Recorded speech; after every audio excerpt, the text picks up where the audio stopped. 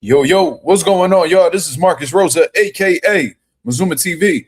Back at y'all with some more boxing talk, man. I hope everybody's having a blessed, beautiful, positive, productive night. Hope you had a great day overall, man. Happy Cinco de Mayo to all my fellow Mexican brothers out there, my brothers and sisters, of course.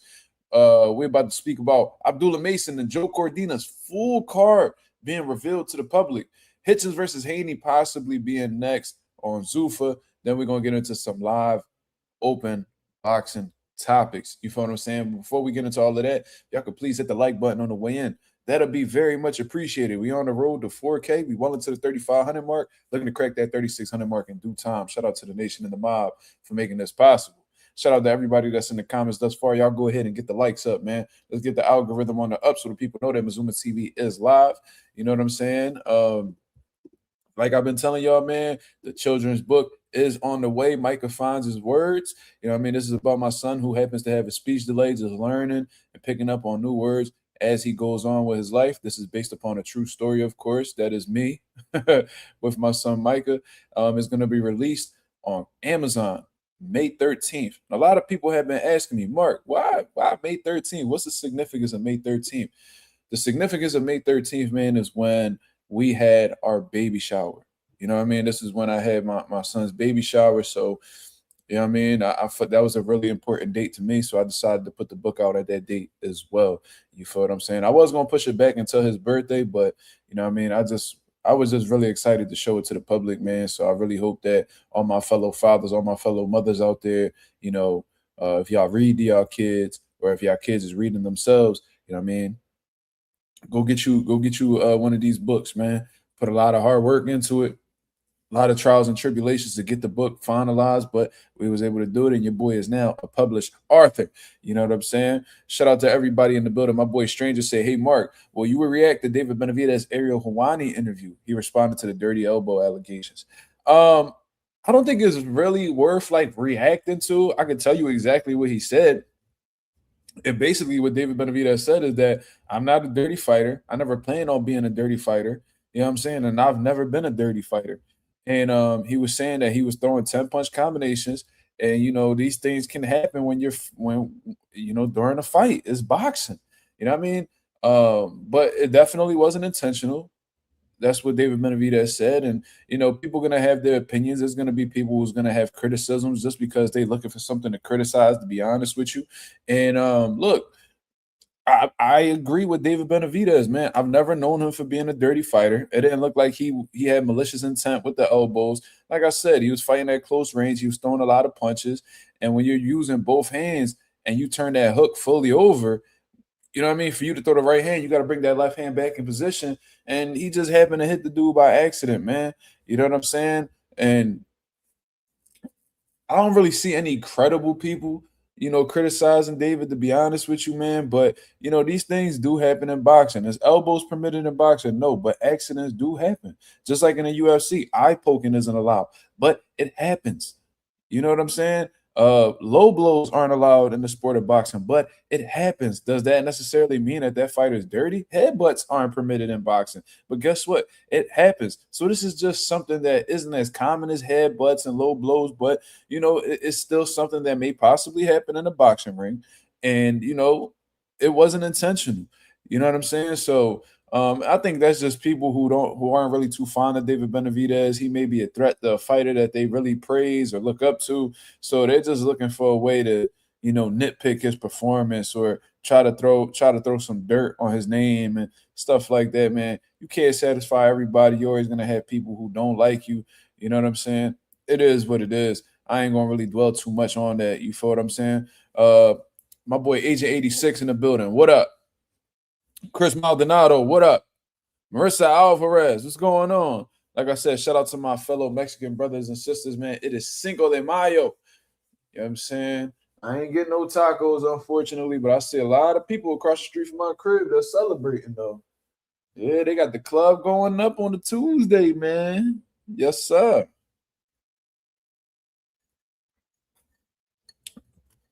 Pro Up Dan, what up? Dale 5350, what up? Master G in the building. What's going on, brother? I ain't see you in a long time, man. I hope everything's well with you and yours. My boy Ralph, what up? How we feeling? How we feeling? All right, yeah, absolutely. Hit that like button, man. Shout out to one of the members of the channel, Master G619. What's 619 again? That's San Diego. Every time I see 619, I think of Rey Mysterio.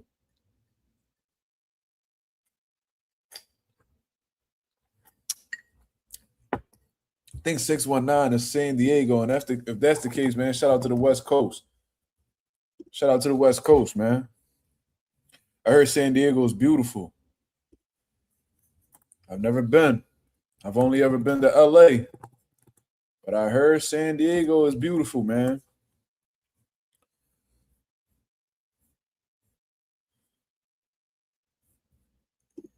Yes, sir. Yes, sir. Shout out to my boy Ralph. That's my West Coast brother, too. You know what I mean? So, anyways, man, let's get into these topics, man. I ain't gonna lie to y'all. I'm not feeling my best. My stomach is kicking my ass right now. You know what I'm saying? Um, my stomach letting go a motherfucking 30-piece combination of my motherfucking colon right now. Pause. You know what I'm saying? So trying to keep it cool. You know what I mean? Try to get through this pain. So, most likely this won't be a long live. You feel me? But it is what it is. We gonna make it do what it do regardless. You feel what I'm saying? We talking Ohio boxing. We here. Okay, man. Shout out to my Ohio brothers, man. Yeah, y'all definitely got some good shit going on. So let me go ahead and pull this up so we can go ahead and talk to that.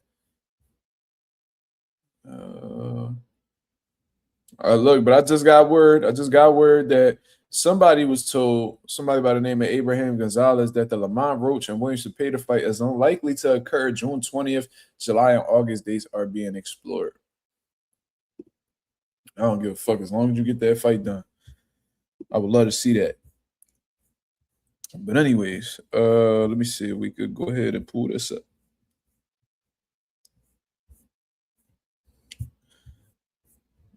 Where the fuck is the undercard at?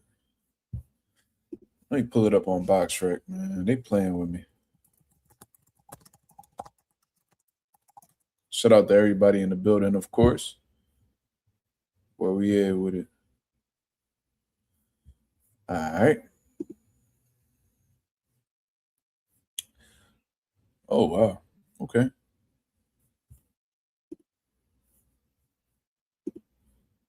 Let's do it.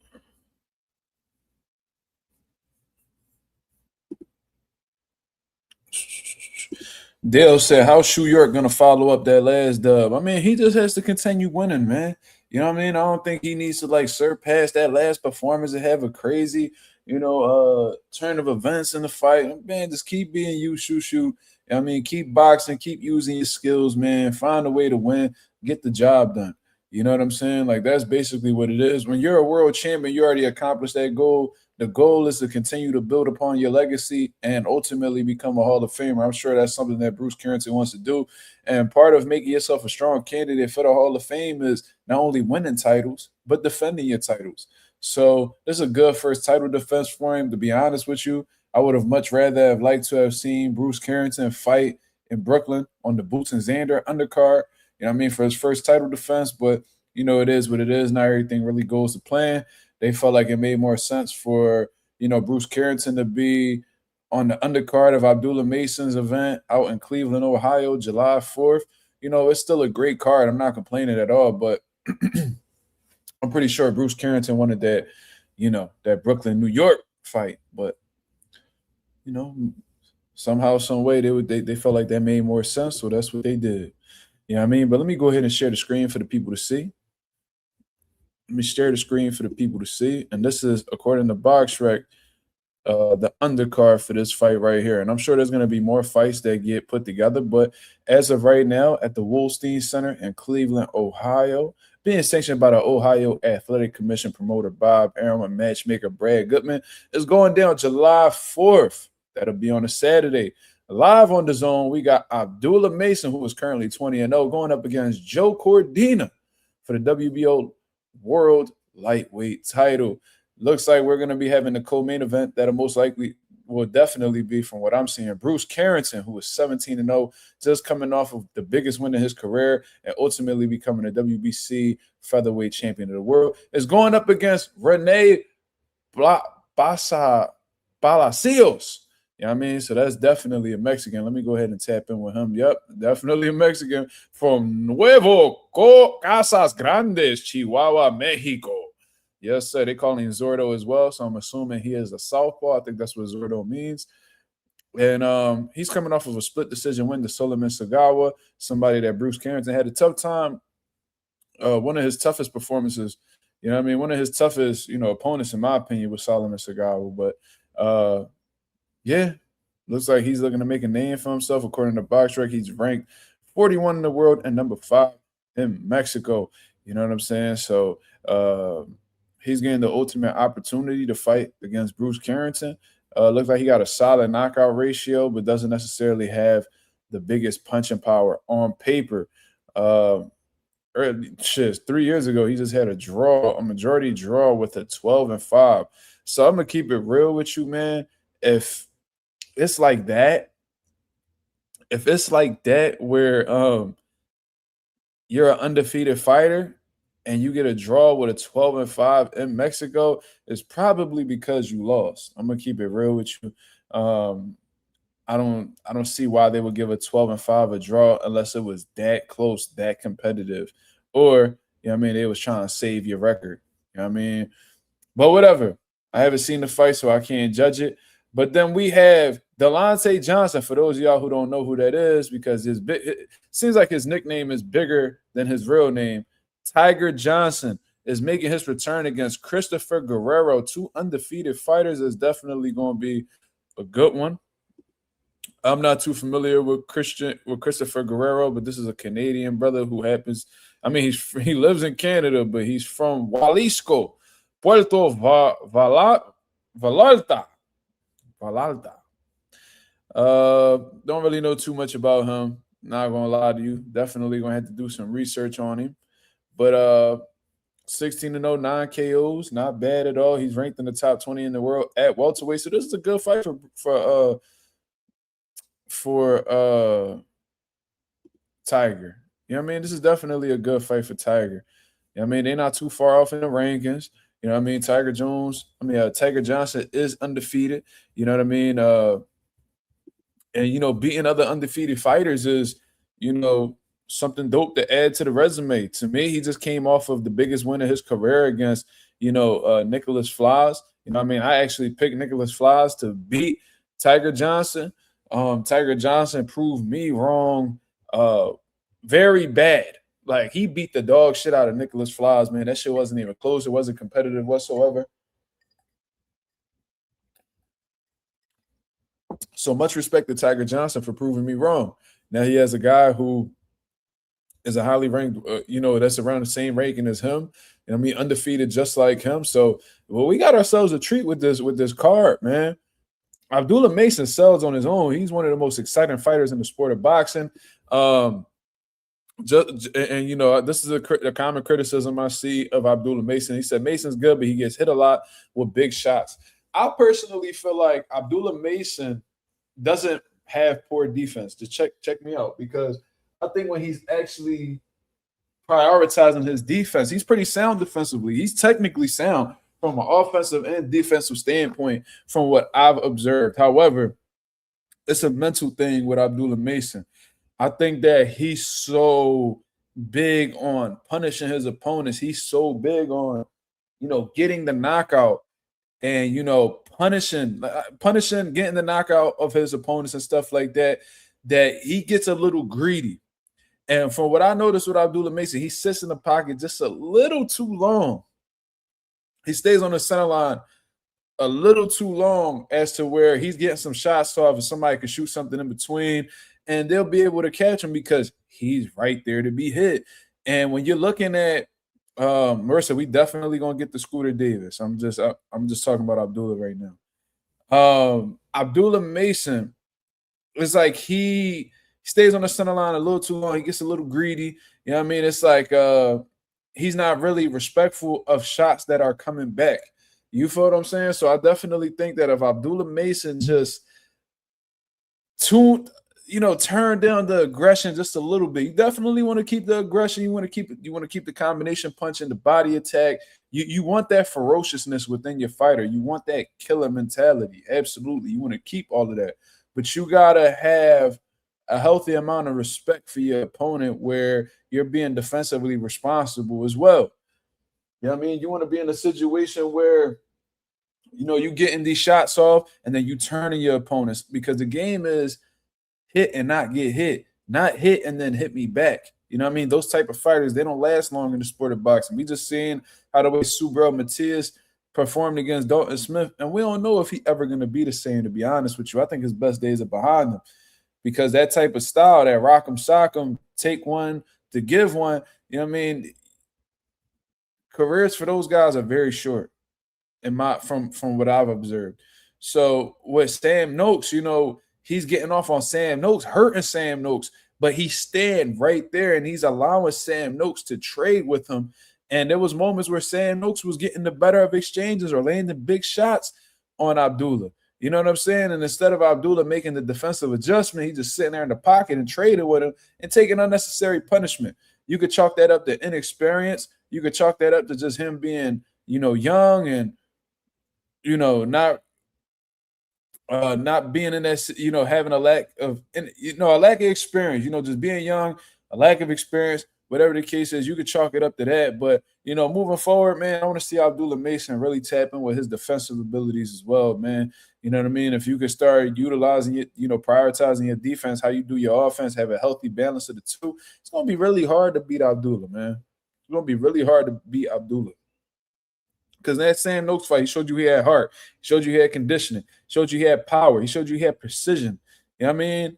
He showed you he had relentlessness. Like, this dude is phenomenal. I don't know how Sam Noakes made it through that fight and didn't get stopped, dropped, or anything like that. But, that's definitely a criticism that I hear a lot from the people about, Abdullah. But I think once he puts in his mind that his defense is just as important as his offense, he's going to be a force to be reckoned with, man, to be honest with you. Marissa came through and said, do you like Derek Scooter Davis? Absolutely. Absolutely. And I love the fact that he just fought. He just fought, man. He literally just fought. What was this? This was like a week ago? Yeah, he just got a unanimous decision win. He got a unanimous decision win, about a week ago, and he's about to fight again July 4th, man. Shout out to Scooter Davis. You know what I mean? They doing some good things over there. I love seeing these young fighters stay active. Scooter Davis, at the end of the day, he is young. He's 23 years old, and he has a phenomenal record thus far, man. We're talking about 11 wins, 10 knockouts, man. So that speaks volumes to him and how the way he's been progressing as a professional. He's going up against Carlos Ramos.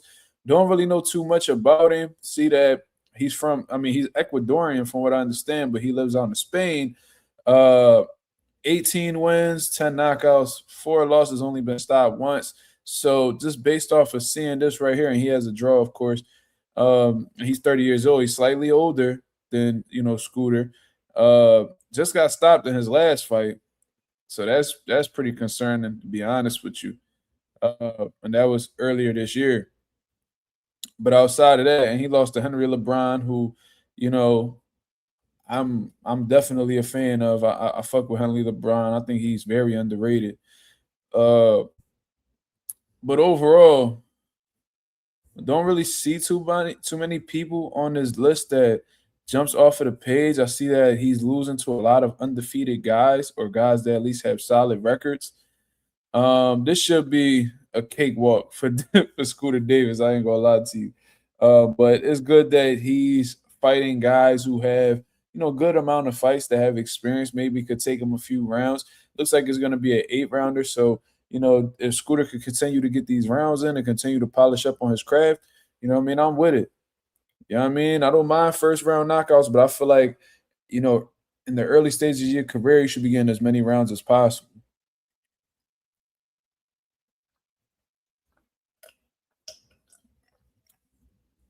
So we'll see.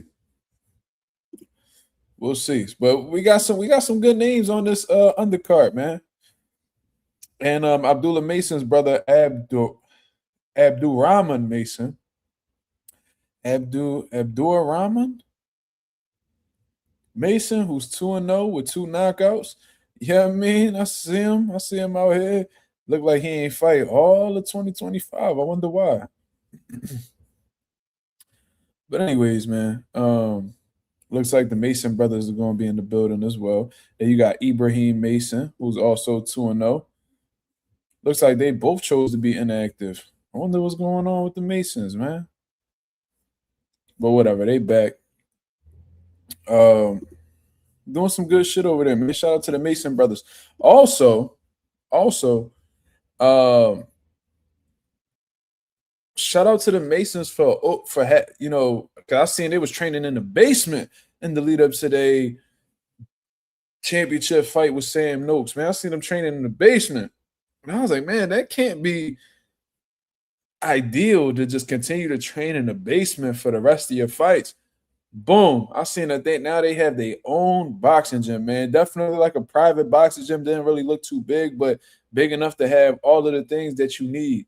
You know what I'm saying? They had a beautiful boxing ring. I mean, I seen they had some brand new bags up and stuff like that. So the Masons definitely cooking up there, man. I seen the logo that they had in the ring and all of that. And somebody who has their own gym, you know, that shit's not cheap. That shit is not cheap. And it's not cheap to maintain either. You know what I'm saying? So shout out to the Masons, man. You know, they definitely moving up in this world. They deserve it very much so because of all of the hard work they've been putting into the, you know, the gym and stuff like that. They got a world champion, you know, and they stable now. I know his father is extremely proud of him for how far he's come, but, you know, they still at the beginning stages. So, you know what I mean? I'm rooting for the Masons. Love what they got going on, man. I love how the way they carry it.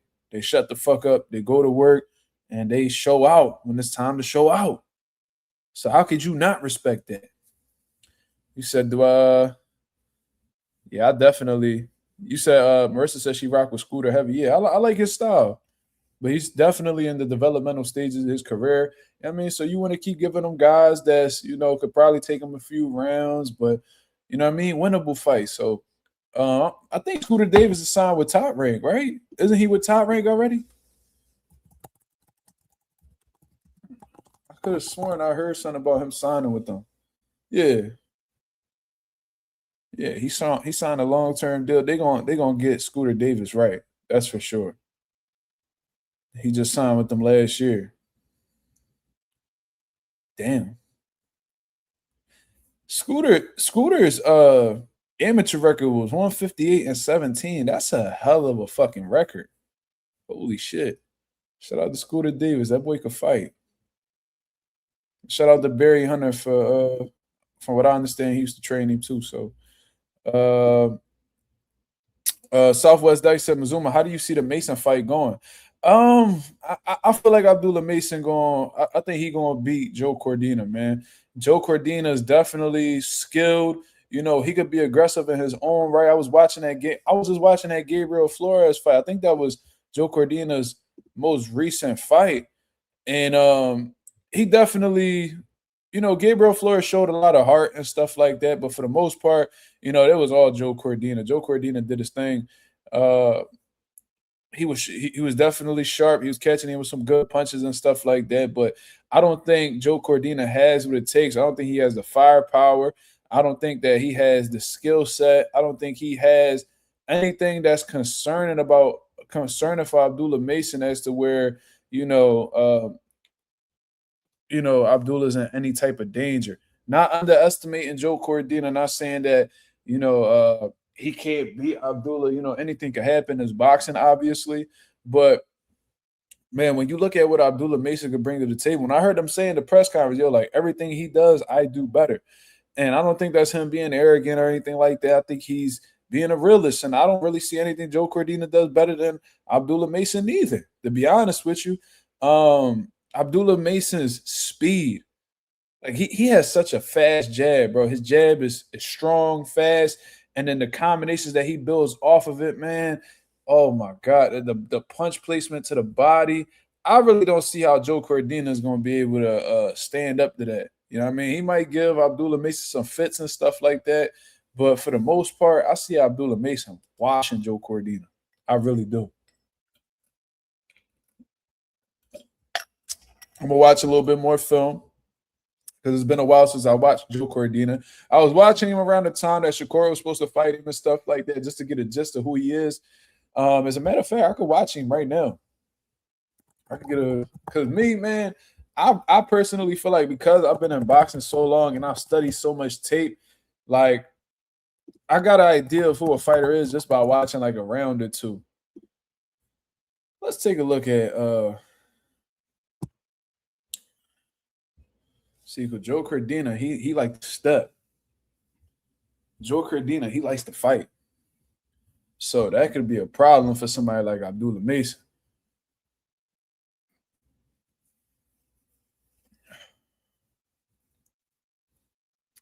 Just based off of watching him right now, he got a good right hand. He got a sneaky right hand. Definitely got a sneaky right hand. And a lot of times he's jabbing this to set up his right hand, just based off of what I'm seeing. Um, very sharp right hand. Ooh-wee. Yeah, Joe Cordina got a nasty right hand. So that's something that I'm seeing off rip. Look like he got some decent speed too. Uh, isn't the busiest fighter, but his punches are sharp for the most part. It's a solid jab. I like his jab. Yeah, but his main goal is to land that right hand. He's big on the right hand. And it looked like he got some pop on that motherfucker too. So Abdullah gotta be careful. This is a fight where you definitely want to be defensively responsible because Sam Noakes was strong, he was powerful and shit like that, but he ain't had his speed that Joe Cordina had. You know what I'm saying? But Joe Cordina, just based off of what I'm saying, it don't look like he has the much. It doesn't look like he has the most variety in this game. Got good hand speed, good jab. Definitely got some steam on that right hand for sure. He puts his punches together, well too. But I would like to see because every clip that I've seen of Joe Cordina boxing so far, he's on the front foot. He's pushing somebody back. I don't really see a situation where he's pushing Abdullah Mason back. You know what I mean? Because what's going to end up happening is they're going to trade in the pocket, and then just based off of what I'm seeing right here, seems like Joe Cordina gets a little bit sloppy in the pocket, and he's there to be hit for the most part. I don't think you want to sit and bang with Abdullah Mason in the pocket. You know what I'm saying?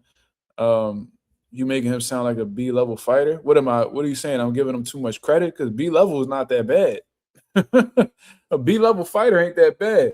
What I'm saying is based off of what I'm saying, Joe Cordina is not terrible. He could definitely fight. Like I said, he got good speed. He has a quick jab, but he likes to load up on that right hand. He has a big right hand. He'll mix up his combinations for the most part, but he's looking to catch you on the chin with that right hand. So, and he likes to be aggressive. He likes to be on the front foot. I have yet to see a fight where Joe Cordina is on the back foot. So that could, there's some question marks there. Maybe there's a fight that I haven't seen. I'm not sure. But it seems like he's most effective when he's on the front foot. So if he's looking to be effective like he has been in previous fights, he would have to step to Abdullah Mason. Stepping to Abdullah Mason isn't the most ideal thing to do. I'm going to keep it real with you. Like, how the way he been ripping them shots, his hand speed, his explosiveness, his punch placement, his body attack. And Joe Cordina is also somebody who, from what I understand, he was struggling to make 130 pounds, and that's why he got knocked out by, Kasase and shit like that. But you still coming up to 130 pounds, you know what I mean? He's only had 2 fights at lightweight from what I understand. So,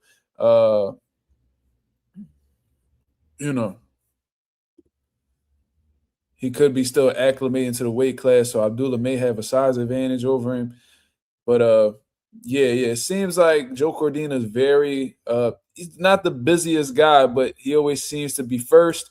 He always seems to be on the front foot, and he likes to beat guys up. He doesn't seem like he's a slickster or anything like that. He likes to rip his punches. He likes to bring the fight to guys. So stylistically, this may benefit somebody like Abdullah Mason because Abdullah don't got to look for you.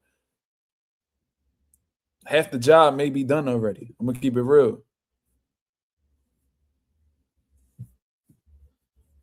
Yeah, I mean, Southwest said, shout out to my boy Slime in the building. What up? Southwest, I typed too early. You were still explaining him, but appreciate it. Appreciate you, brother. Thank you, man. But my boy Tricks in the building. He said, I think this is a great first title defense. This isn't a soft touch at all. I've seen Joe fight. He's good. Yeah, he got the goods. My question is, can Joe Cordina box on the back foot? That's what I want to know, because every time I'm seeing him fight, he's pressure. He's coming forward. He's letting his hands go. He's beating these guys up. And that's cool. It's good to know that you can fight on the front foot. But when you're in there with somebody, Abdullah Mason, who ain't going for that nut shit or isn't allowing you to walk him down, and you ain't got no choice but to be on the back foot, then what?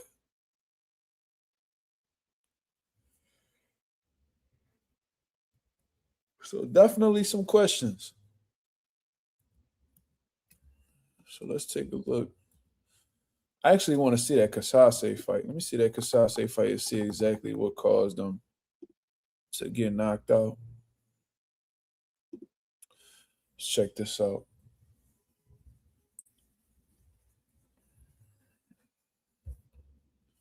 Let's take a look.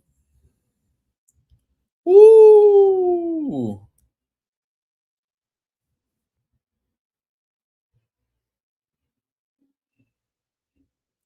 Kasase hitting with some hot shit off the rip, though, in this third round. Let's take a look.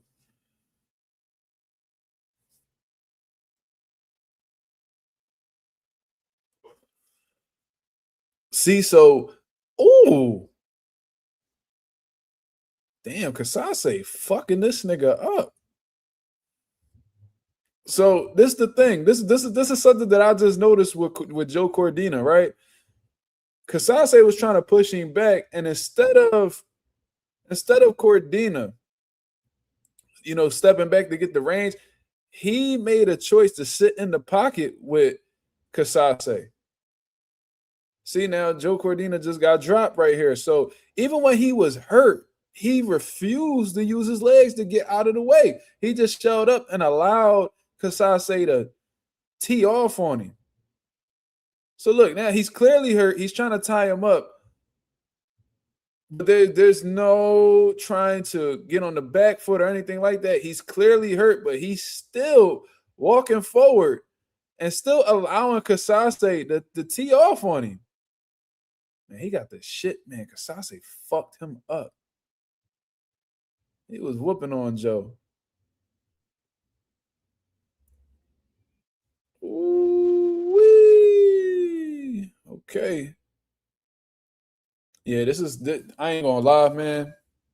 Based off of what I'm saying, look, he's hurt and he's still trying to bang with Kasase. So that just lets me know that's all he knows. That's all he knows. All he knows is come forward, or at least stay in the pocket. All he knows is fight. It seems like Cordina doesn't really like to use his legs, or he doesn't really like to be on the back foot. That may be something that makes him uncomfortable. So I wanted to see, like, all right, he got knocked out. Did he at least try to box? Did he at least try to go on the back foot? And no, that all he knows is forward.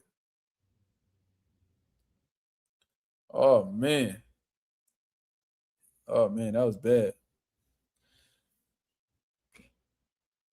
Yep, he's sitting there trying to bang. He's getting hurt over and over again.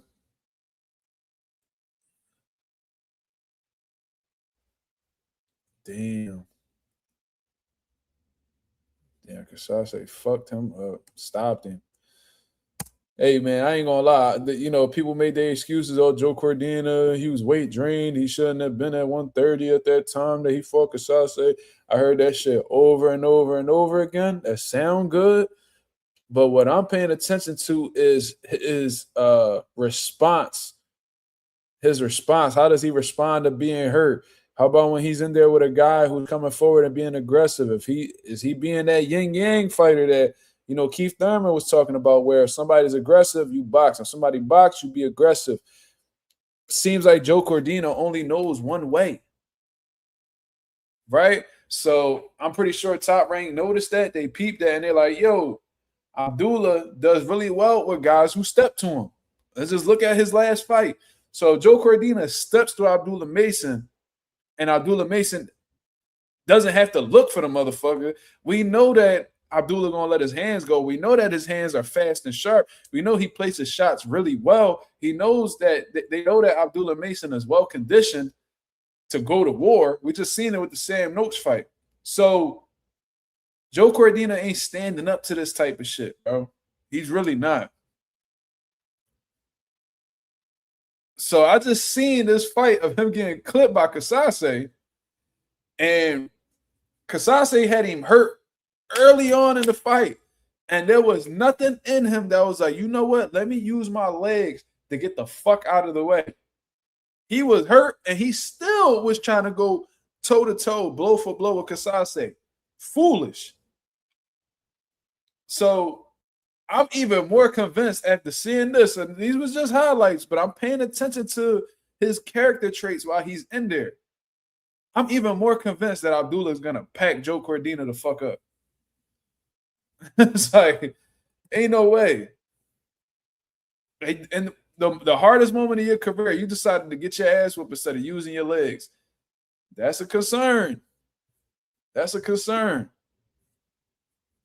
But Abdullah got some shit to be worried about. Not necessarily be worried about, but definitely shit he got to tighten up defensively as well. We seen Abdullah Mason get dropped, multiple times in one fight. You know what I mean? Getting hit with the same shot over and over again. He ended up stopping dude. So a lot of people look past it, but I didn't. Cordina got a fast jab. He has a pretty solid right hand. He got good. He turns that right hand over real well. It's very sneaky. It's very fast. If Abdullah's eyes ain't sharp, you know what I mean? And he doesn't prepare to defend that right hand, it could have an effect on Abdullah. You know what I mean? So you definitely gotta be aware of Joe Cordina, but if Abdullah Mason himself, tighten up on the defense, rip these shots, jab first, combinations off of the jab, go to his body, he could definitely break Joe Cordina up and definitely stop him. Definitely stop him. It's the way that his style is built. It ain't gonna go too well going up against Abdullah, man. I think Abdullah gonna stop him. Let me see. My boy Anonymous in the building. What up? Slime said Cordina don't have the footwork to be comfortable moving back. He can't stick and move. Yeah, and I feel like for fighting somebody like Abdullah, you gotta have some type of boxing ability, man. You gotta be able to be on the back foot because Abdullah gonna be looking to press you. He a stepper. He gonna step you. He gonna try to fuck you up. So you gotta give him shit that's gonna give him fits. You know what I mean? Some movement. A good jab. You know what I mean? Some good counter punching, turning, angles. You know what I'm saying? You're gonna have to do that with somebody like Abdullah, man. Don't seem like, and I'm not saying he doesn't. I'm not saying maybe he got that Dalton Smith shit going on where he just on the night of the fight, he just show you some shit that he never showed before and having everybody look stupid and maybe possible. But, I feel like if he personally did have that ability, he would have showed it against Kasase. He didn't. So that just lets me know that's just not how the way his style is built. You know what I'm saying? So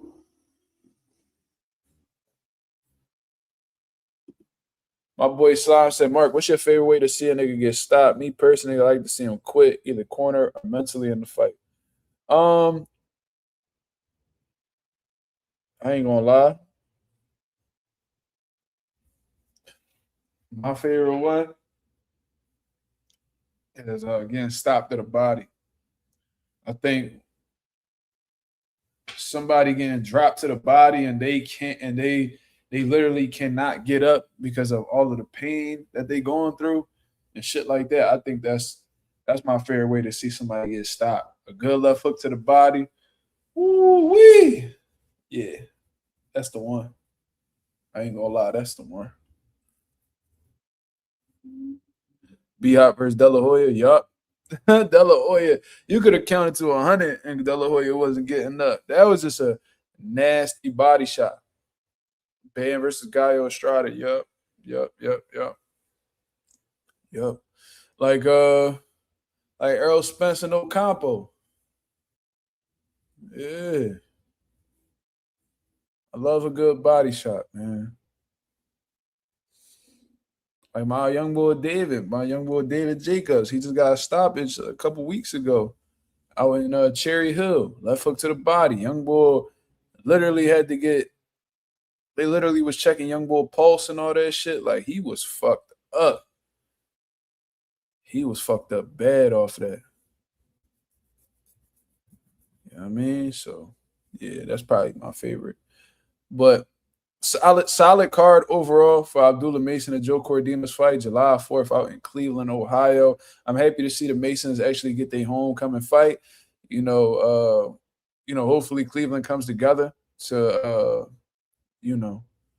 support the Masons and sell some tickets so Tyree can see, oh shit, they can actually sell over here. Okay, cool. You know what I'm saying? Hopefully they come together to show this man some love. You know what I mean? Because he definitely deserves it.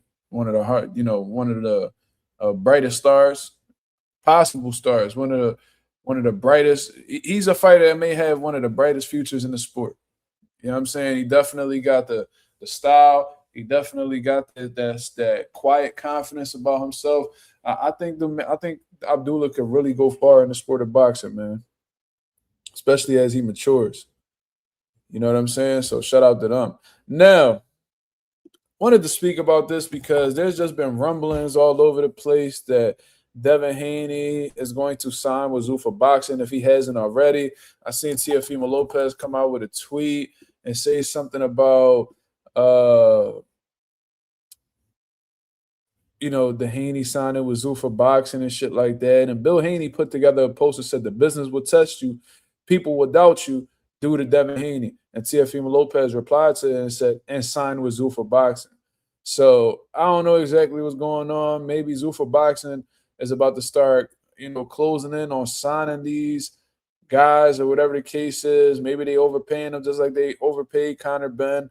Who fucking knows? But everybody keeps mentioning,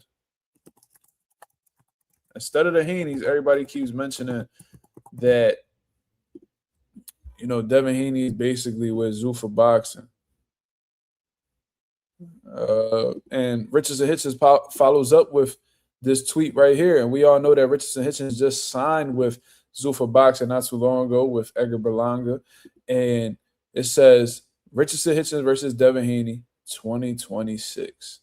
You know what I'm saying? So is this confirmed? No. Is it official? No.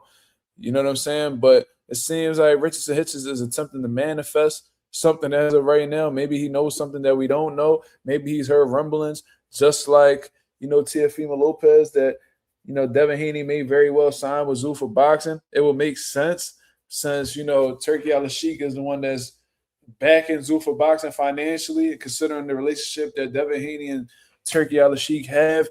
It wouldn't be a stretch to say that maybe they had a conversation about possibly signing with Zuffa. You know what I'm saying? I don't know. But, it just sounds like Richardson Hitchins is manifesting this fight. I really don't trust Richardson Hitchins too much. That's just me. I think at 140 pounds, he showcased his character and who he truly is. I think he's very cautious with certain styles. I think that he likes to pick on styles that he likes to fight styles that he feels like is considered safe to his. You know what I mean? Aggressive come forward power punchers that let their hands go. Doesn't seem to be really too fond of, like Gary Antoine Russell, Subriel Matias, definitely backed off of the block against Oscar Duarte, in my opinion. And Richardson Hitchins, like I said, I think that he's an intelligent person, but I think more than anything, I think he has a strong sense of self-awareness, and I think he's understanding of what he can handle and what he can't handle. And at 147, I guess he feels like the fight is Devin Haney because Devin Haney doesn't possess that style that he fears, in my opinion, which is that come forward, pressure, let your hands go. I think he understands that against Devin Haney, it'll be more of a chess match. You know what I mean? Who has the better jab, who has the faster hands, who's able to land the cleaner shots and box more brilliantly. I think he understands that, and I think he'll rather risk his chances going up against that style in comparison to somebody like Rolly Romero. Because I personally felt like, oh yeah, oh Richardson Hitchins will beat Rolly Romero. I don't know, man. I think if Rolly gets into that old bag, he could give Hitchins a lot of problems just based off of Rolly's speed, his explosiveness, his power, his output. I think he could give Hitchins a shit ton of problems. That's just my opinion. But I feel like he's calling out Devin Haney not because he wants to prove that he's the best, but it's the safest style going into this division that he's going up to. Going into the welterweight division, I feel like Haney may be the safest style for him, where it could just be a chess match instead of a full-out fight. I don't think Hitchins really want to fight motherfuckers for real. I think he just want to box. There's a difference. You know what I'm saying? So it just sounds like that's him manifesting the Devin Haney fight. Devin Haney may very well take that fight. I don't think he will have a problem fighting Hitchins at all. I don't think Devin has a problem fighting a lot of these dudes in the sport of boxing. You know what I'm saying? Once I heard that he said yes to a Jerron in this fight, I said, oh, this motherfucking Devin, he really believe in himself. He really bought that action. You know what I'm saying? So we'll see. I guess in due time, the Haneys will announce a fight, but they definitely need to fight ASAP. You know, I think the last time he fought was back in November when he defeated Brian Norman. December, January, February, March, April, May. It's coming up on 6 months right now. So to be honest, he should have had a fight date for May. You know what I mean? Just so he could stay active or so. He said that he's looking to fight 2 to 3 times this year. It's going to be very hard to fight 3 times this year when you haven't fought within the last 5 months. You know what I mean? So hopefully the Haneys have a fight at least scheduled for this summer. You know what I mean? Because it looks like the most they're going to be fighting is at least twice this year. You know what I mean? One of bet says Shushu looked like he was whooping on Hitchins in that sparring. I mean, they probably was just going light for real, for real. They probably was just doing like some light technical shit. But yeah, I seen they did like a advertisement for like Supreme or some shit like that. At least that's the logo that I saw. I don't know. But it looked like it was some good work. You know what I mean? You know, them smaller guys always give them bigger guys problems because of their speed and shit like that. So if they going light, I could see Bruce Carrington getting off and shit like that. And plus, you know, I don't know, man. Like a lot of people, they big on Richardson Hitchins and shit like that. And I think he's a phenomenal outboxer. I'm gonna say that. I think he has good range control. I think he has a good jab. I think he got good straight shots. I think he got one of the best 1-2s in boxing. But outside of that, I think that Hitchins is very basic.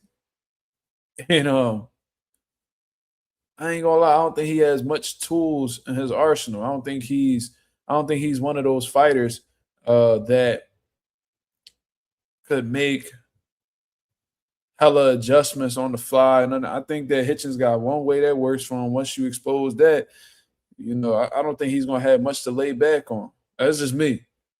Feel me? But you know, that's just what I be peeping. I'm sorry, my focus right now is a bit off right now because of my stomach pain, unfortunately. So sorry if I'm giving y'all niggas trash takes right now. Bro said he's not versatile offensively. He has a jab and a good one too. Yeah. I don't think he's versatile defensively neither, because I feel like Hitchins defense is his legs. And I think when you take them legs away, I don't think there's really much solid defense behind him outside of that neither.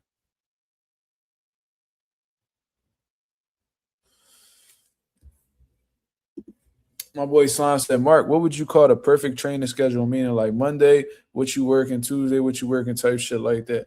Well, that's a bit I'm not gonna be giving that game out on here, brother. So if you really want to know that answer, you can just ask me personally. But what I will say is that definitely need to be sparring multiple times a week. Now, if you do Monday, Wednesday, Friday, that's cool. You know, if you want to just do 2 days out of the week, you could do it Tuesday, Thursday. But sparring for fighters multiple times a week is a necessity if you want them to continue to develop their craft. Footwork drills are very important. Conditioning drills on the heavy bag is very important. Defense drills is very important. Uh, what else? What else? Strength and conditioning is very important. Uh, and I like the strength and conditioning. I mean, motherfuckers using weights and all. No, we're talking about like core workouts, calisthenics, all that shit. That's very important. What else? What else? What else? What else am I missing out on? I said sparring, defense. Pad work is also important. Just going over the motions and working on your punch accuracy and stuff like that. I pretty much just mentioned everything. Running is very important as well. I usually have my guys do that on their own time. They all send me like their distance and the time in which they ran and stuff like that. Sometimes they run in the gym too. But sprints is very important. So, I'm not going to tell you the exact lineup in which I do it because the game is to be sold, not told. But those are all important things to work on at the gym because footwork drills, you need feet. You need your feet in order to excel in boxing. They don't need to be the flashiest, they don't need to be the fastest, but they do need to be educated. Defense drills, you need defense. The less you get hit, the longer you last, like Floyd said. Conditioning drills, you definitely need that because you need to be in shape in order to thrive at a high level. Sparring, it's the closest thing you're going to get to a fucking fight. So, yes, you need sparring because you need to understand the pacing of a fight. You need to understand certain scenarios, during fights, how to go about those scenarios. Only way you're going to experience that outside of a fight is sparring. Sparring is one of the most important things that you could do. Pad work, very important because it'll show you how to throw the combinations. It'll show you what combinations to throw, how to place the shots, all of that good stuff. You feel what I'm saying? So they all have their, they all have their thing. You feel me? Speed, 10 out of 10. What are we speaking about, brother? 10 out of 10, what you mean?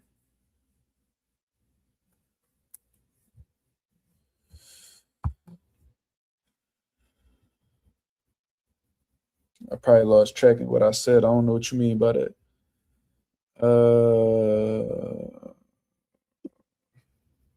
Trick said Shakur did a podcast today. I heard him say that he thinks Morrell is a better fighter than Joe Opataya and has a better resume. What are your thoughts? Shakur be saying a lot of wild shit, man. For him to claim to be a student and studying boxing all the time, he does say some outlandish shit. I'm not gonna lie to you, man. Like I remember he had said some bullshit about Sugar Ray Robinson. Said Tyson Fury is the greatest heavyweight ever at one point in time. Said he was better than Muhammad Ali. Like Shakur, he is definitely a student. Definitely knows boxing. I can never say that he doesn't. That'd be pretty ignorant for me to say. But I do think that he's not. I do think that he is like one of them guys that get caught up in like recency bias and shit like that.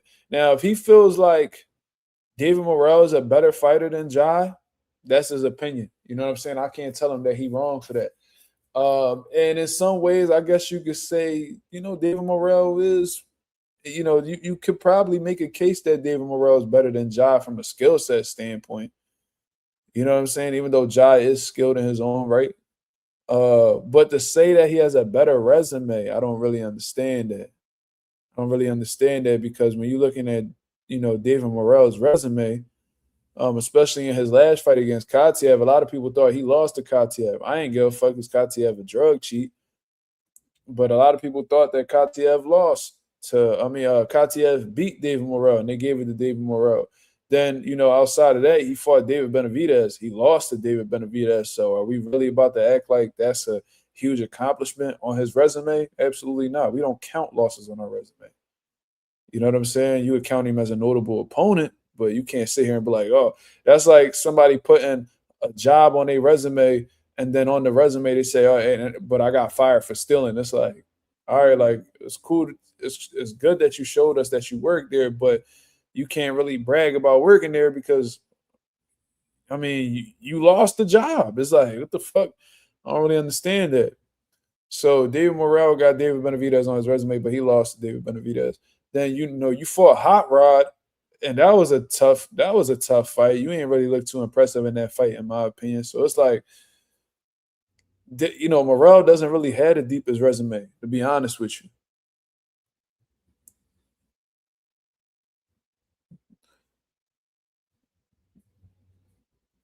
Yeah, and that's another thing, Ralph. Like Morrell has yet to win a world title. So it's like, does he really have a better resume than Jai Opatai? Pretty sure Jai Opatai that he fought Bradis twice, from what I understand. That's a better opponent, and that's a better win than any win on David Morrell's resume right now. So it's like I don't know how you can make that case, but look, man, that's your core opinion. That's his opinion, man. I don't know. I don't know what else to say about that. Pretty sure Bradis a better win than anything that.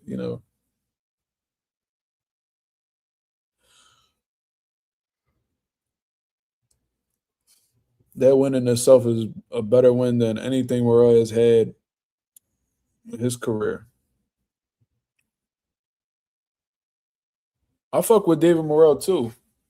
I really support him heavy. I really hope that he does well in this next fight.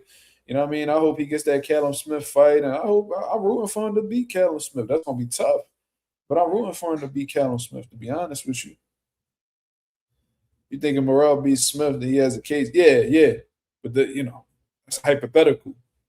I mean, we dealing with the facts as of right now. Nah, David Morrell don't got a better resume than Jai Opatai. But if he goes ahead and he beats Callum Smith, now we can have a different type of conversation. Still debatable. Still debatable. Because then we could be like, yo, let's compare Callum Smith to Bradis, who's the better. And then that could go so many different ways. But for the most part, yeah, if he were to beat Callum Smith, all right, now we getting somewhere. But nah, not at all. He might mean amateur resume. Man, we don't count that shit when we talking about pro fighters, man. Like I tell y'all, if a pro is bringing up, and I'm not saying David Morrell does this, I never really heard about him talk about the amateurs all like that. But if a pro, to justify that they are good, brings up their amateur background, it's because they ain't do shit in the pros. Like you ain't ever hear when Andre Ward talks about, like they bring up the Olympic gold medal because it's really hard to do. But like he put in the pro accolades before the amateur accolades. Like Oscar De La Hoya, he's the golden boy. Yeah, we know him for having a gold medal, but when you talking about him, you talk about a six division champion. You know what I mean? Like Roy Jones, we not talking about him being an Olympic silver medalist. We talking about him being, what's that? How many weight classes Roy Jones won titles in? 160, 68. Did he go to 68? I don't even know. No, no, he did, right? 75. I think Roy Jones a four division world champion.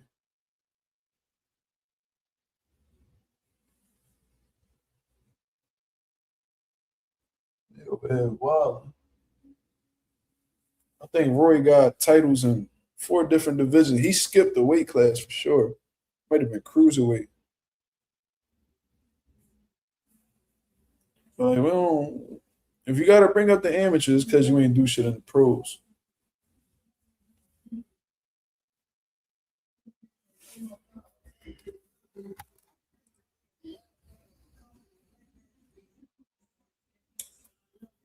Yeah, man. So, Ralph said that Morel been looking kind of shaky at 75, but I'm hoping he get a good win. I hope so too. Might have he probably not a real light heavyweight to be honest with you, but I know when he was at 68, he was stepping on shit. Hold on, y'all.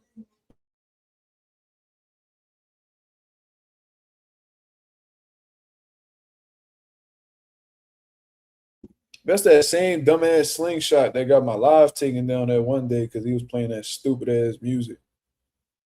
Chris Colbert will stop Abdullah. All right, man. Let's go ahead and time this nigga out. Let's time him out. Slime just want to play all day, man.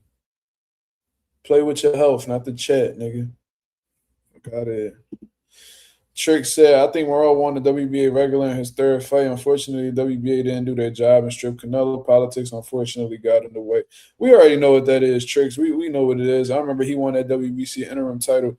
Who was it that was it Lennox? Was it Lennox Allen or some shit like that? He got that WBA title off he beat let me see. I remember they was hyping him up. Oh, he just won a regular title. He just turned pro, blah, blah. Yeah. Yeah. It was Lennox Allen. Undefeated boy. I remember that shit. You know what I mean? But we all know how that shit go, man. Ain't none of them sanctioning bodies going to go out of their way to strip Canelo. The only one that did it was the IBF. And they gave him that opportunity right back.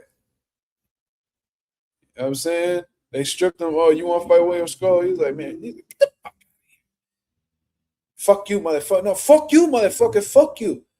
IBF was like, all right, we'll go ahead and get his belt to William Skull. Even though we don't want to, we got to abide by our policy because we have rules.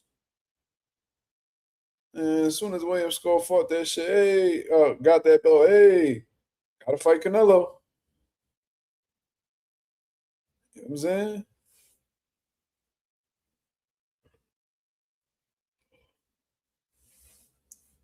So, yeah, we all know how that go. It took it took Terrence Crawford to whoop Canelo ass to get these regular champions to be champions. All these niggas that got belts right now, Christian and Billy, fucking Iglesias, who's the other one? Now it's Jaime Munguia, but it was Armando Resendiz. I mean, all these motherfuckers them niggas all owe Terrence Crawford a thank you, man. Who else is the other guy? Hamza Shiraz about to fight for that WBO or some shit like that. I don't even know, bro. But regardless, they all owe Terrence Crawford a huge thank you because if Terrence Crawford ain't move up and beat up on Canelo, them niggas still be regular champions. You know what I'm saying?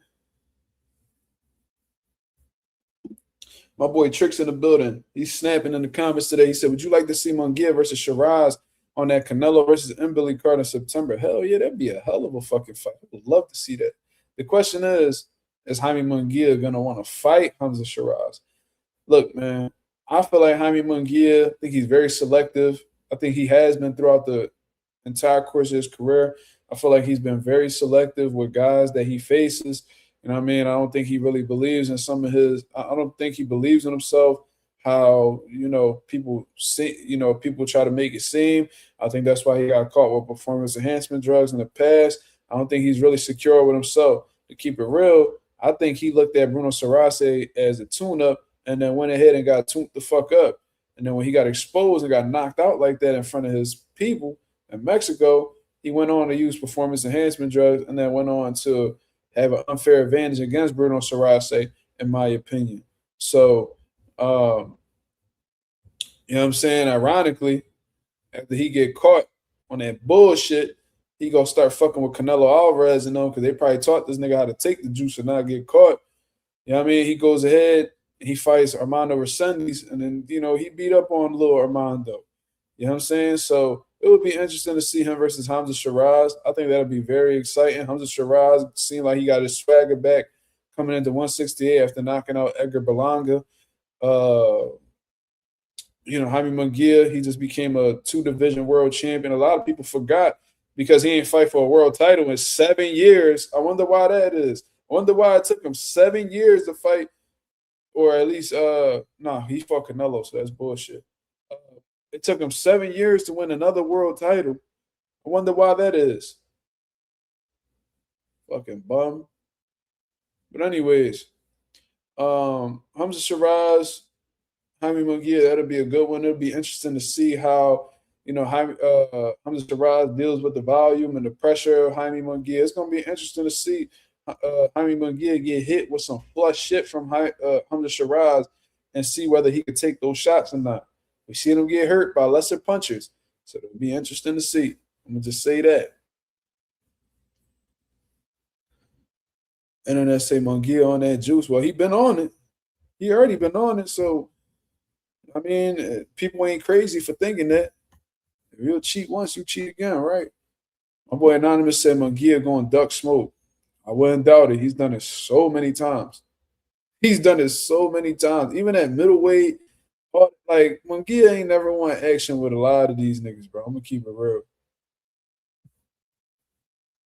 My boy Trick said he did impress me on Saturday. If he takes a Shiraz fight, I respect it. I mean, I knew Resendiz and Jaime Munguia was gonna be an action-packed fight, but I knew off rip because I knew Armando Resendiz ain't no real super middleweight, man. He's very small for the weight. He had an opportunity against Caleb Plant. He upset Caleb Plant. And when they elevated him to champion, he had no choice but to stay at 168. He had no choice.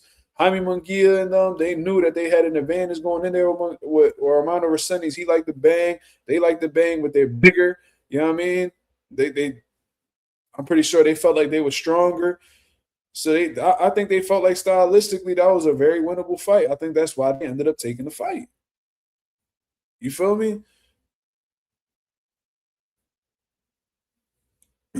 So, very I feel like I'm not gonna say Armando Resendiz was tailor made for Jaime Munguia, but at the same time, it was like just looking at that style matchup, man, just based off of the size and the size advantage from Jaime and letting his hands go and Armando not being the best defensively and being stopped in smaller weight classes and shit like that. I don't think I wasn't shocked when Jaime won. I'm gonna just say that. This nigga Slime came back a better man. He said better than Nalgas. That's a wow. That'll always be funny. I forgot who said that first. I think that was Lorenzo versus Munguia.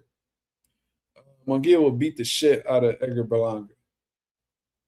No doubt. No doubt. I think Christian and Billy will give Munguia some problems. I think Lester Martinez will give Jaime Munguia some problems. It's gonna be interesting. I think me personally, I hope Jaime prove me wrong. Prove me wrong, nigga. I think he gonna hold that belt hostage and just be fighting a bunch of nobodies that nobody want to see him. Not nobodies, but people that we don't want to see him fight. You know what I'm saying? Won't be surprised. Jaime would be the type of nigga to choose Edgar Berlanga. I don't know how that'll work now with Zuffa and all of that being involved, but man, I wouldn't be surprised. I would not be surprised, man. And then Jaime would beat the shit out of Edgar Berlanga. Edgar Berlanga going to claim that it was something in Munguia gloves or he was back on that juice. It just didn't feel like a regular. This nigga going to say during that interview with the Donza Project, that didn't feel like punches from Hamza Shiraz. That didn't feel like punches. What the fuck was they? Kicks? Was they knees? Was they elbows, nigga? What the fuck you mean they didn't feel like punches? That was clearly his fist punching you dead in your shit. What do you mean that didn't feel like a punch? You really complimenting the nigga low key because you saying you got hit with a type of power you ain't never felt before. And bro, the jig is up, bro. Like dumb New York State athletic commissions, bro. You really embarrassing yourself with this because you know what I mean. Instead of just saying that Hamza was the better man, he caught me with a good shot. I couldn't recover. Blah blah blah. Much respect to him. I'm always, of course, I'm gonna try to work my way back up so I can get that rematch. Could have just said that, and niggas would have just gave you your respect and went about your way.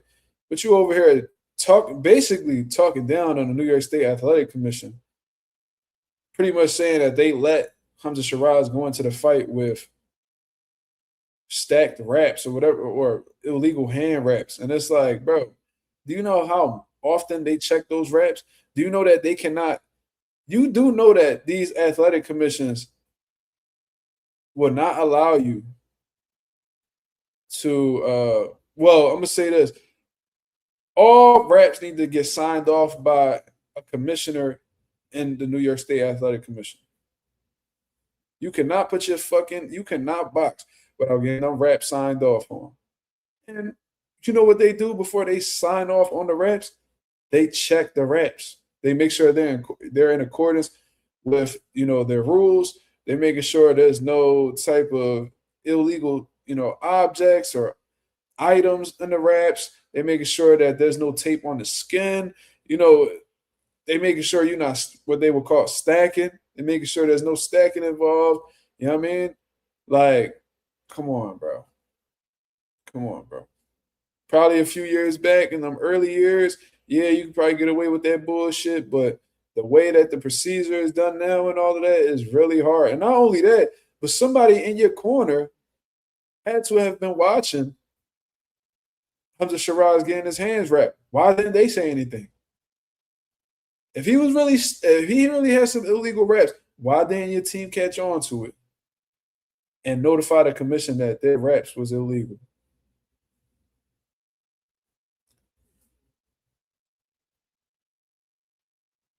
Like, Edgar Belong is embarrassing, man. But yeah, if he were to go ahead and fight Jaime, man, Jaime will whoop his ass. This nigga said, Anonymous said Berlanga thought he got hit with a Mack truck. He said, "Oh, Mack truck could hit me in my chin. It ain't gonna go nowhere." Jose was like, "We don't even gotta do all that. Well, nigga, we don't need to do the Mack truck. Try this right hand. Try this left hook." And then nigga Berlanga out like a light. But we always knew that Berlanga ain't have a chin for real. Punch hard, but he can't take a shot himself. This nigga was getting dropped in the amateurs. Not saying, and look, man, niggas get clipped in the amateurs just like the pros. And that could happen to anybody. It could happen to me. It could happen to you. Anybody could get clipped. I don't give a fuck how good you are, you could have a granite chin. I know motherfuckers with granite chins that don't got sparked. Trust me.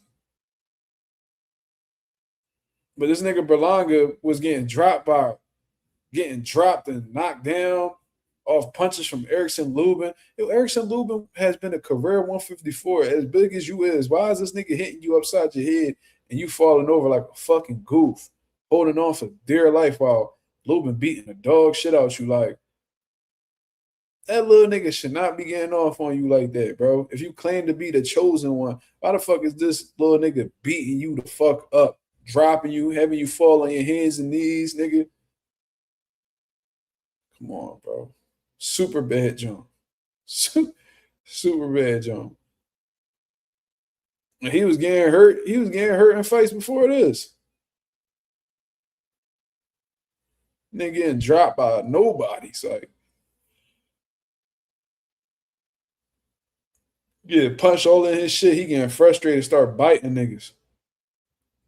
Crying on the floor and shit. Yeah.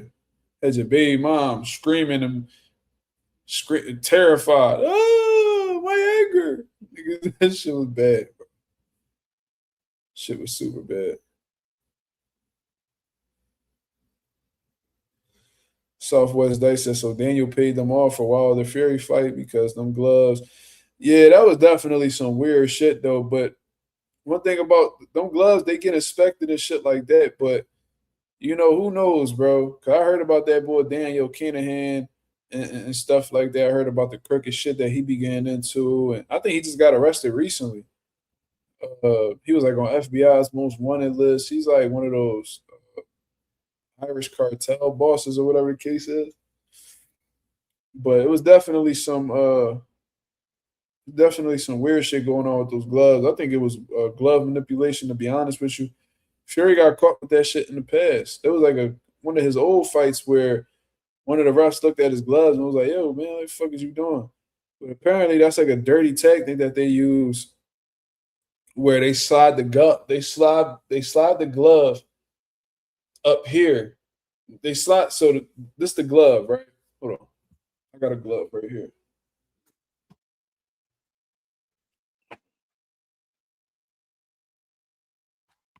Yeah, what the fuck? Why is this shit so fucking close?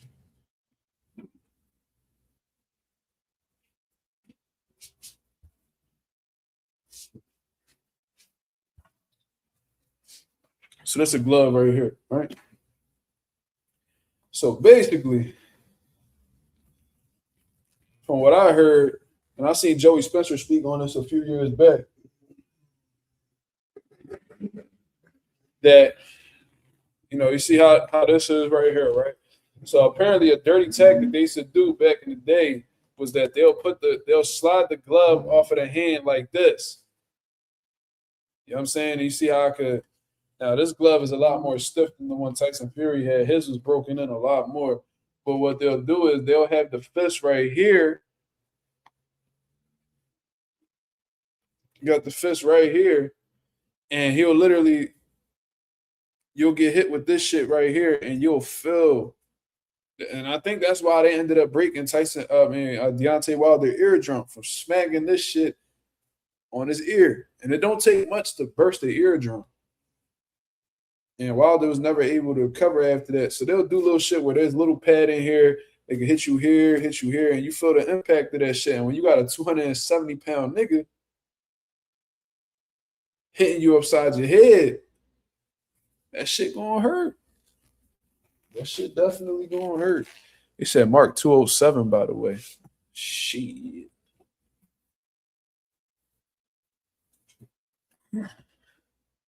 Yeah, it's basically like getting hit with bare knuckle, yeah. Dirty ass tactics, man. So I don't know if Daniel Kinahan paid them niggas off, but one thing I do know is that it was definitely some dirty tactics involved.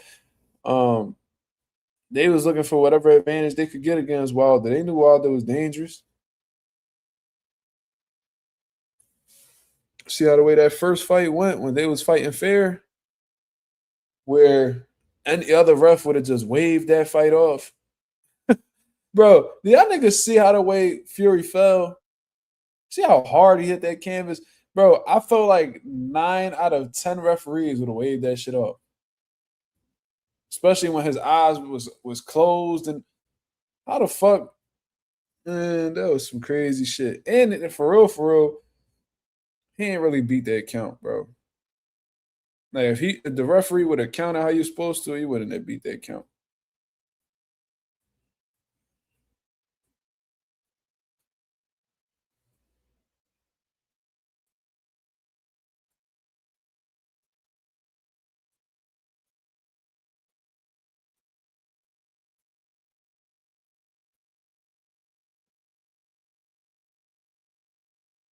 These niggas really out here wilding.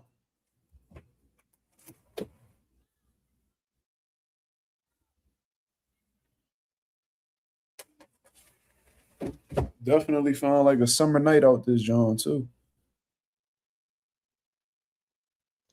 The ref literally said I did what I thought was best for boxing. Who the fuck are you?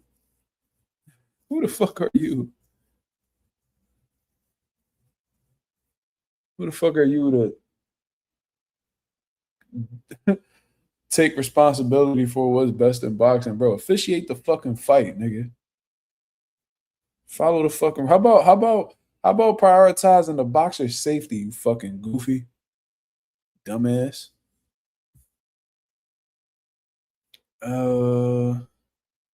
Yeah, Usyk should have definitely got the stop. This nigga Fury hit every fucking corner of the ring.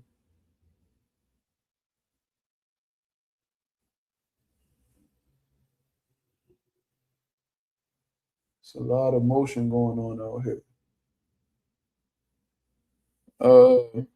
Yeah, that Fury was out on his feet. I don't know how they did that, but Fury get a lot of benefit of the doubt from these referees, man. Mark, you getting UFC 6? I was hearing about it. I might get it. I might just get it because them UFC games be better than these boxing games. I've been playing the Undisputed game too. Man, bro, I ain't gonna lie, man. Benavidez is trash on that game, bro.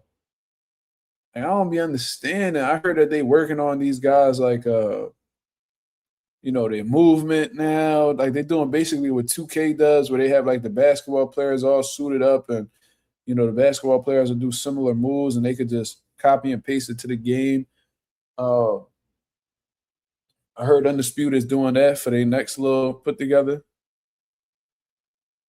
What you mean I don't know how to use him? How the fuck I don't know how to use David Benavidez? I know how to use everybody else. I don't know how to use David Benavidez. Bro, first of all, his left hook take way too long to get there.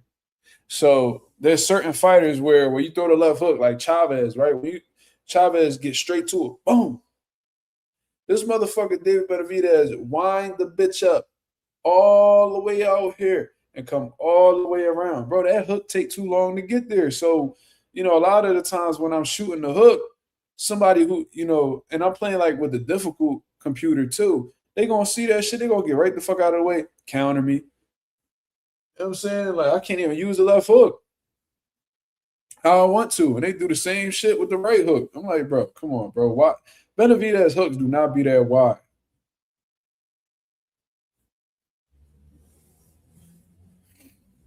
But you know who's sharp on that, John? Bam. Bam Roger. My boy Bam sharp as a motherfucker on that game, boy. Hell yeah, I was frying niggas on that with Bam. And I'm getting that southpaw position down peg too on Undisputed. And that left hand, fast. Bam hands, fast as shit. Pop. Come right off. I was actually fighting Gallo Estrada. Yeah. I got the stoppage too. Manny Pacquiao, nice. I fuck with I like Canelo on there. I like how the way they got Canelo on there. His left hook fire on that joint. Um who else? Who else?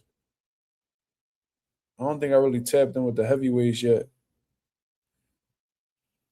Uh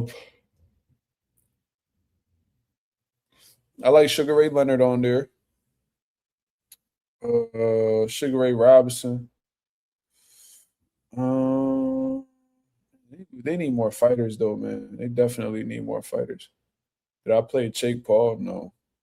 I like 2011 Nello too. That's the one I be using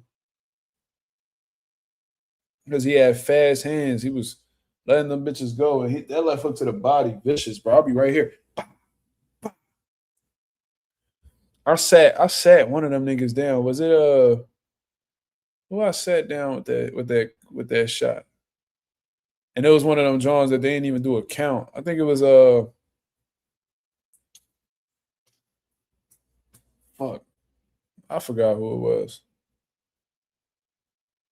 Was it I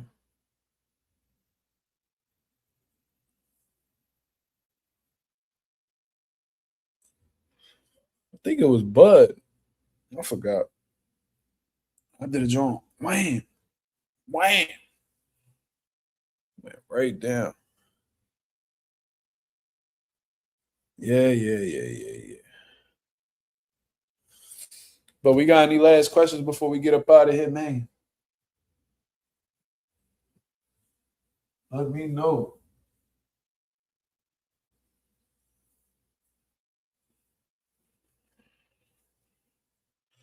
Nigga, you not beating me with no fucking Ricardo Mayorga. About your rabbit ass mind. They need to get Oscar De La Hoya. They don't think they got Oscar De La Hoya on there. We gotta get Oscar De La Hoya. We gotta get Floyd. We gotta get Tank. Undisputed guy. They gotta put some more bread together, man. Do I think all the Masons will win? I think Abdullah is gonna beat Joe Cordina. I think he's gonna knock out Joe Cordina. Um, I don't know the Mason brothers' opponents. Them two guys that's 2-0. I don't know who their opponents are. I can't really speak for it, but I'm guessing that those won't be the most dangerous guys, so they may come out successful as well, or they may not find opponents. He said that nigga hard as fuck to put down, bro. I'll be knocking Ricardo Mayorga out. That should be too easy, so I don't even pick him. I just be going to his body. I'll just be going to his body and I'll be turning him. I'll be stepping over to the right, boom, step over to the left, boom. I'll be fucking Ricardo up. Do I think Kelvin is better than Keon? No, I think Keon's better than Kelvin. I actually think Kelvin's the lesser of them guys. I think it's Keyshawn, Keon, and then Kelvin.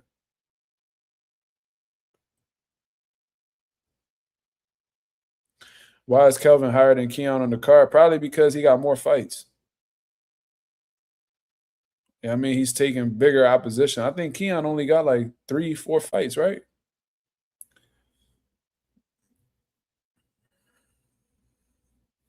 And the more rounds you do, the more higher up you'll be on the card too.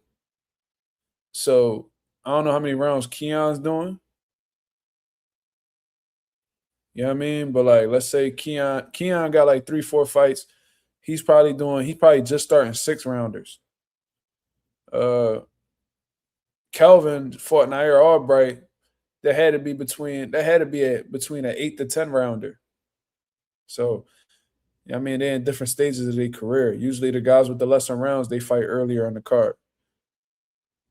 That's usually how it go. Thoughts on the Zuffa card? Which one? Let me see, man.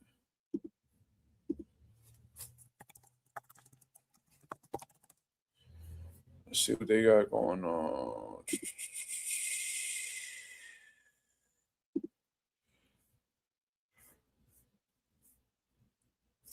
Where the fuck is this shit at?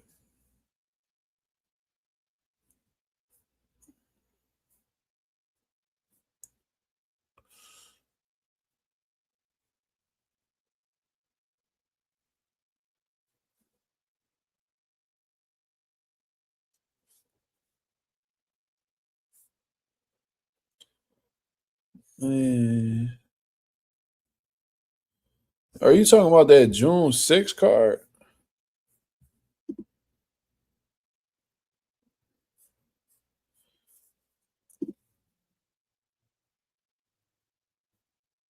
Oh, you talking about that May 10th, John? You talking about Bohachuk? Okay.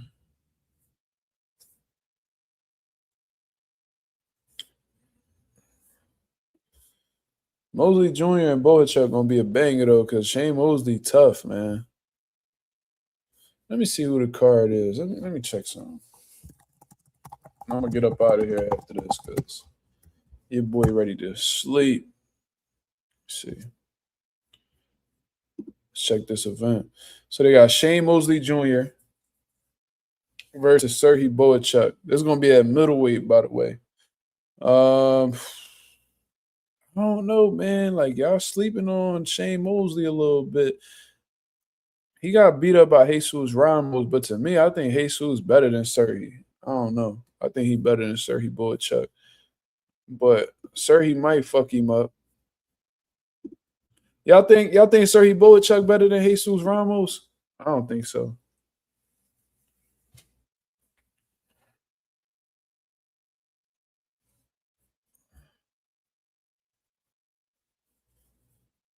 They need to add Spence to Undisputed. I agree. That'd be fire.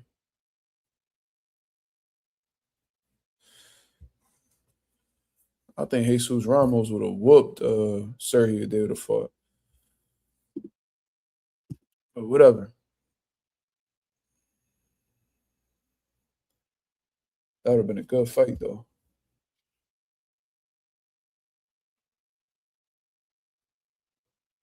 That's definitely set up for Boychuk to win though. I'm gonna just say that. Then you got Julian Rodriguez versus James Perella. Damn, I ain't hear about James Perella in a minute.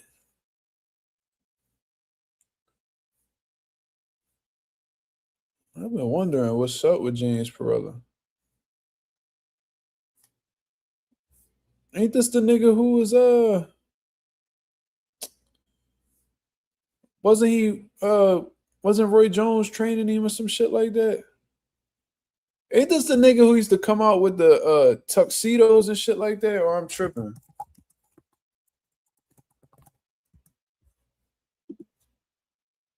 Or do I got the wrong dude?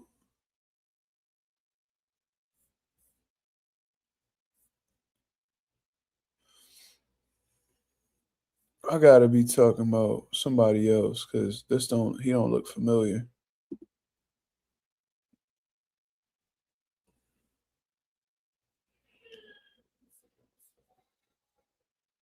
I don't know. But anyways, James Perella versus Julian. Rodriguez, that's a good fight. Undefeated versus 25-1. Misael Rodriguez versus Andreas Kazarakis. Undefeated versus undefeated. Okay. Justin Valoria versus Jesus. Damn, they got a lot of undefeated versus undefeated, though. I ain't gonna lie. Numbers-wise, these not bad matchups. 16-0 versus 16-0. 9-0 versus 8-1. 12-0 versus 12-0. 11-0 versus 18-1. 10-0 versus 9-1. It's not bad in terms of like numbers. How these styles clash, I don't know, but seems like pretty even, competitive type of matchups. But we'll see, man. But shout out to the nation and the mob for coming through and showing love as always. If y'all can go ahead and hit the like button on the way out, that'd be very much appreciated. We on the road to 4K. We well into the 3,500 mark, looking to crack that 3,600 mark in due time. Shout out to the nation and the mob for making this possible. I'll be back at y'all with another live 10:30 p.m. Eastern Standard Time to continue cooking up on what's going on in the boxing world. Till then, I hope you guys have a blessed, beautiful one. Up out of here, man. Peace.